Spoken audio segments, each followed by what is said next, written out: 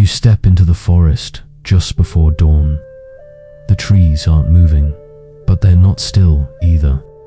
There's a breeze that touches everything without asking. And then you hear it the whisper. It's not the wind exactly. It's the way the wind meets the leaves. A rustle so delicate it almost feels like breath. The monk calls it the first voice of the day. Not because it's loud, but because it's alive. You pause at first. Your modern mind tries to label it. Wind speed, tree type. Is it a palm or tick? You're analyzing, as usual. But the forest monk doesn't do that. He listens without naming. Here's the first teaching. You don't have to understand everything to be changed by it. A monk once said, "We listen with our feet first."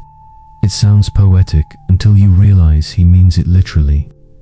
You become aware of the earth, the way your soles meet the soil, the temperature of morning air on your skin. The sound isn't just reaching your ears, it's arriving everywhere. You start noticing the difference between hearing and listening. Hearing is passive. Listening is a form of respect. In the monastery, before a monk speaks, he listens to silence, not to fill it, but to bow to it. In the forest, that silence is never empty. A leaf falls, a twig snaps, a gecko calls out like a broken flute, and then it all returns to stillness. This is the monk's classroom. Leaves, breath, bird calls, stillness. And here's a surprising truth. Most forest monks don't speak for hours at a time, not because they've taken a vow of silence, but because they've found something louder than words. In that quiet, the mind doesn't race, it strolls, or even sits. And when thoughts come memories, regrets, the to-do list of a life left behind you, don't chase them. You let them rustle like leaves, passing, gentle, temporary. You realize you've been listening to your life with the volume turned up too high. City sounds, scrolls, notifications, people talking without saying anything. You've mistaken noise for meaning. The monk knows better. He waits for the whisper, because that whisper, sometimes it sounds like a leaf, but sometimes it sounds like the truth. The forest monk doesn't own a key. His hut has no lock. Often, it doesn't even have a door, just a cloth draped in the entrance, swaying gently like a curtain between worlds. You pause at the threshold, curious. Isn't this dangerous?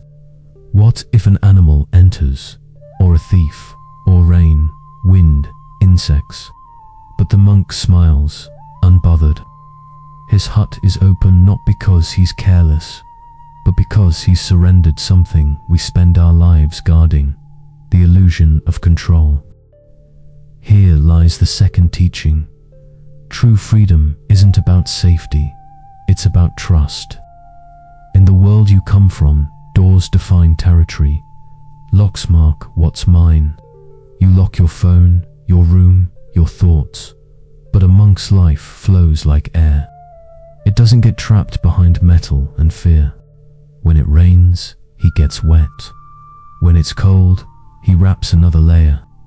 When creatures crawl in at night, spiders, geckos, the occasional snake, he doesn't scream or chase.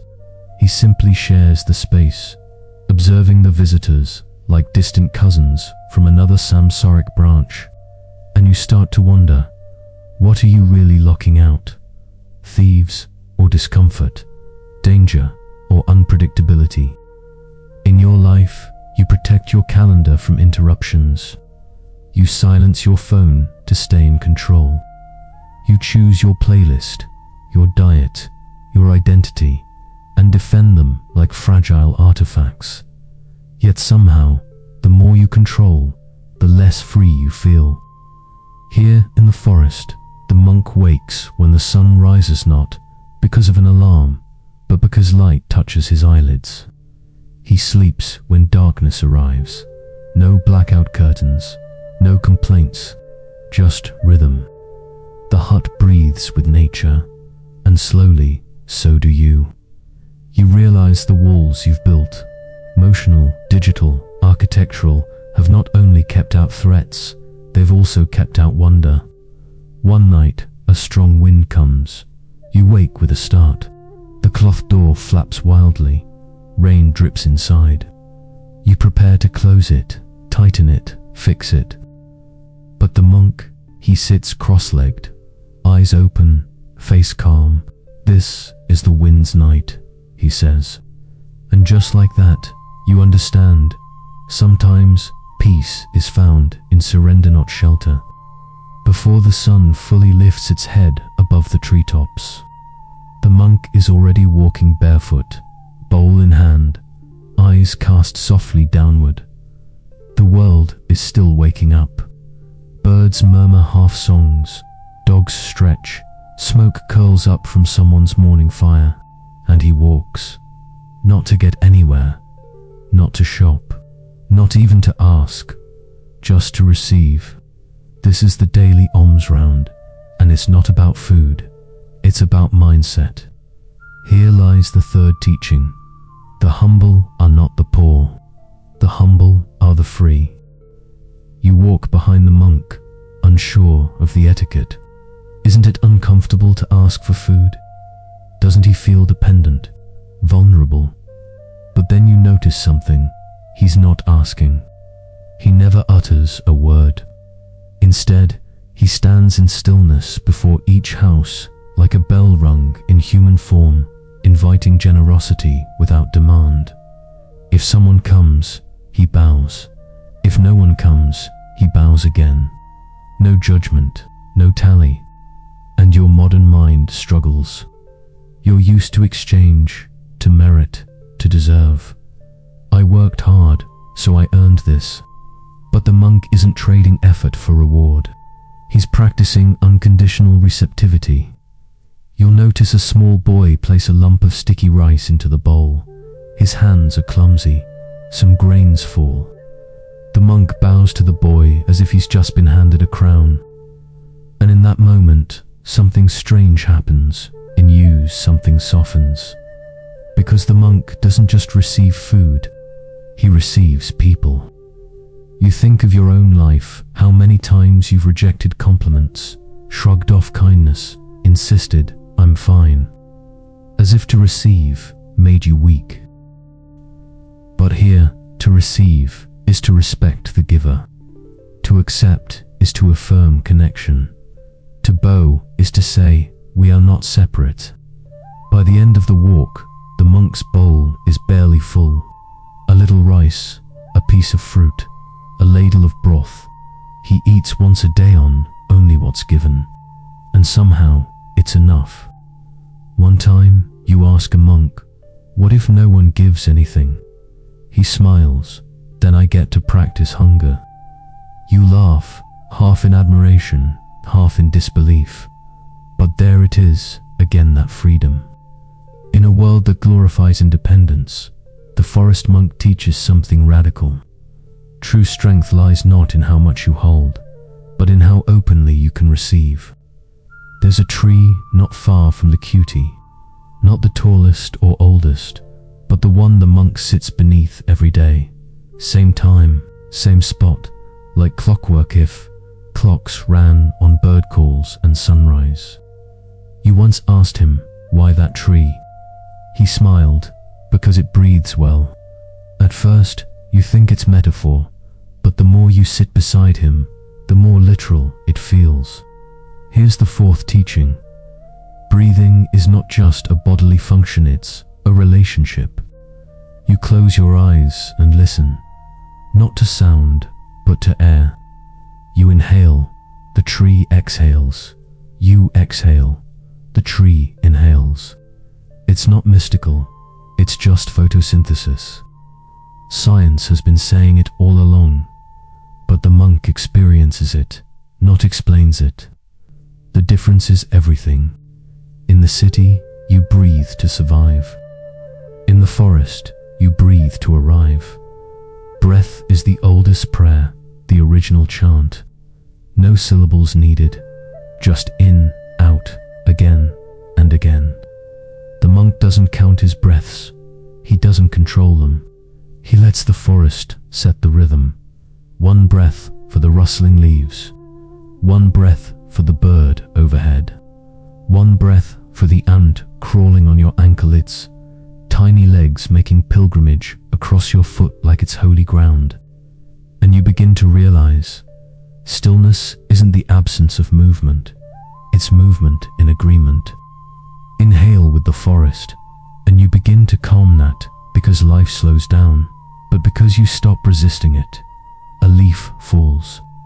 You notice your shoulders drop too. A branch cracks. You feel the tightness in your chest release. A monkey shrieks in the distance. You chuckle, that was probably your inner critic last week. Breath is the forest's language. And for the first time in a long while, you are listening without translating. Eventually, you ask the monk, what happens when we stop breathing with the world? He answers simply, then the world has to breathe harder to keep us alive. You notice the monk's sandals one morning worn, thin, held together by years of mud and patience. They're not meant for style or speed or self-expression. They're not even his, really. They were handed down like everything else in his life. But it's not just the sandals. It's the way he walks in them, slowly, silently, as if each step matters. This is the fifth teaching. Detachment is not floating above the world, it's walking through it lightly. In the West, detachment sounds cold, like giving up or not caring. But here, it feels warm, intimate, grounded. The monk doesn't avoid the dirt. He greets it. Every footprint he leaves fades by noon. Not because he's invisible, but because he doesn't insist on leaving a mark. You follow him on a narrow forest trail. He steps over roots without thought, glides past thorns without flinch. A leaf sticks to your shoe, you kick it off. But the monk, he pauses, removes it gently, and sets it aside like a guest who stayed too long but meant no harm. You begin to see how he carries his body, not like an owner, but like a guest in it. He doesn't conquer the path, he listens to it. And suddenly, you remember all the places you rushed through, hallways, streets, meetings, months so eager to get there that you trampled here without knowing. A joke rises in your mind. If the world handed out airline miles for mindfulness, the monk wouldn't have left the gate, and yet somehow, he's already home. When you ask him what detachment really means, he lifts his sandal and lets it drop gently back to earth. It means I can step without stomping. You hear it before you see it. A bell, soft, deep, and brief. Not dramatic like a church tower. Not flashy like a phone notification. Just there. The monk rings it once at sunrise, once before meals, once before meditation. It's not a signal. It's an invitation. This is the sixth teaching. Awareness begins when reaction ends. You used to think of bells as alerts. Wake up, go to class, close the store. But this bell doesn't pull you forward or push you back. It anchors you right here. And somehow, that single sound cuts through thought like a hot knife through illusion. No past, no future, just now, echoing.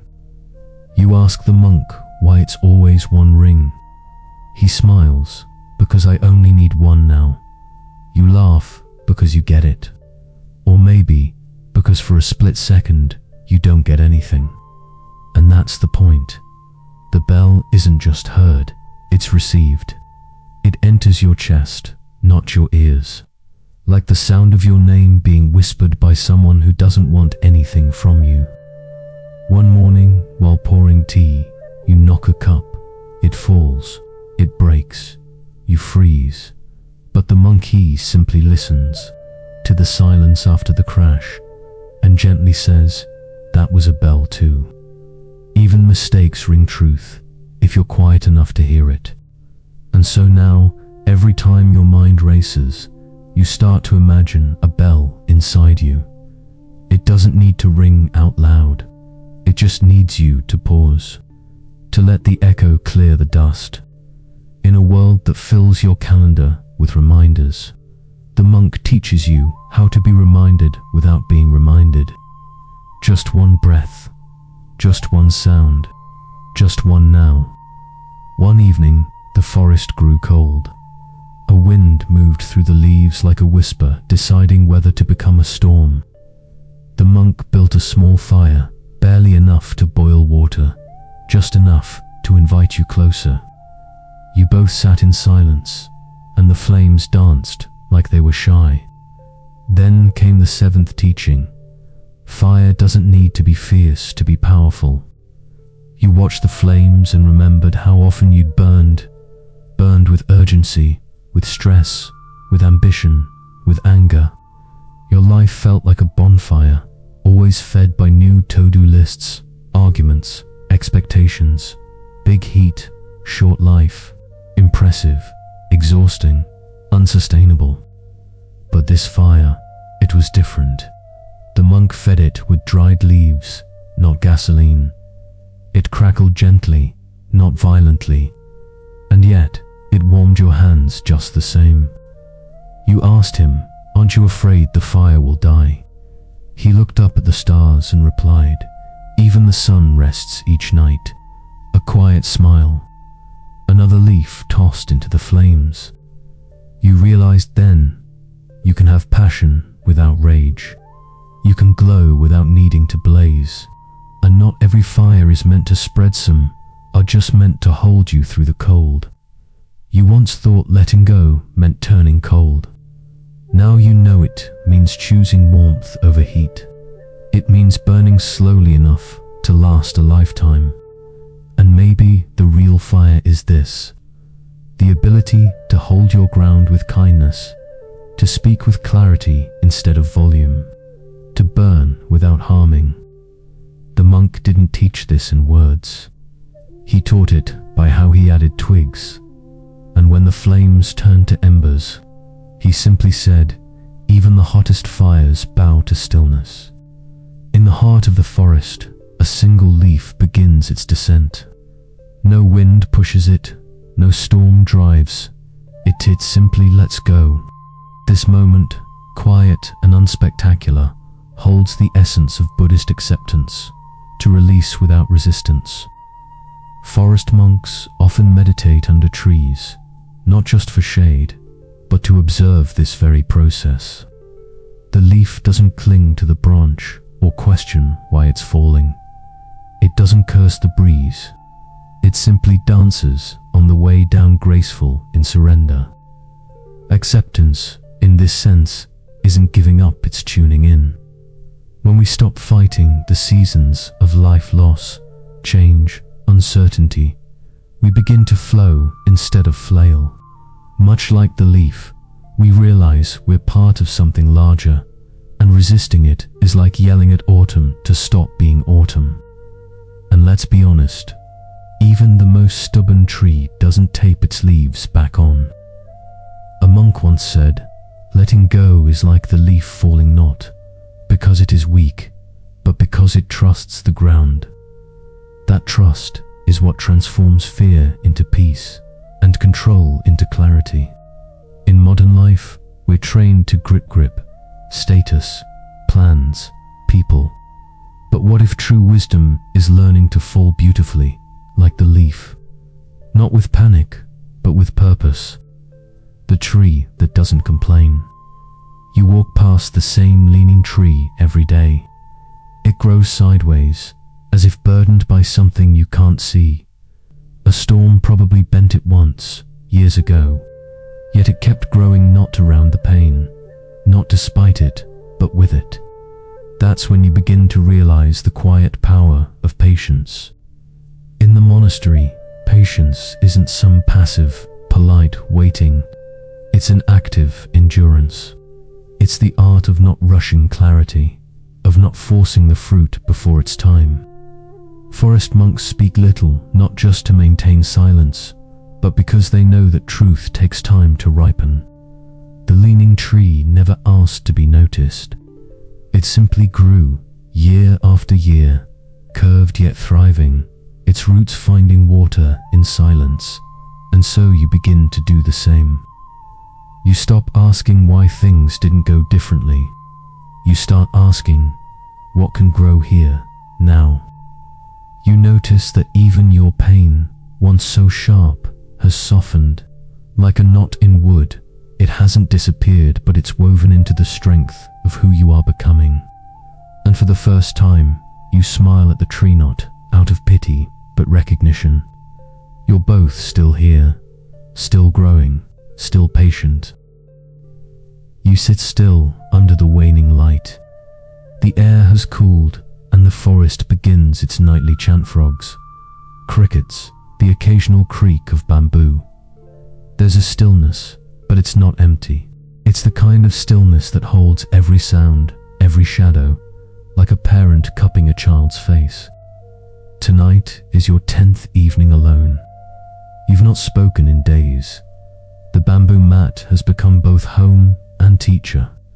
And just when you think there's nothing left to notice, it happens: a single falling leaf, curling mid-air, making no sound, yet shifting something in you. This is the last of the forest monk's lessons, learning to listen not just with ears, but with your entire being. In the silence, you realize how loud your thoughts can be and how often you mistake them for truth. But here, under these trees, with only the pulse of breath and the rustle of leaves to guide you, you begin to understand what the masters meant by hearing the Dharma in the wind. There's no scroll, no sutra, just the soft presence of now. You don't need a philosophy degree to understand the teachings, just stillness, humility, and a willingness to notice. And so you do. You sit, you notice, and for once, you don't try to explain it all away. You simply let the leaf fall,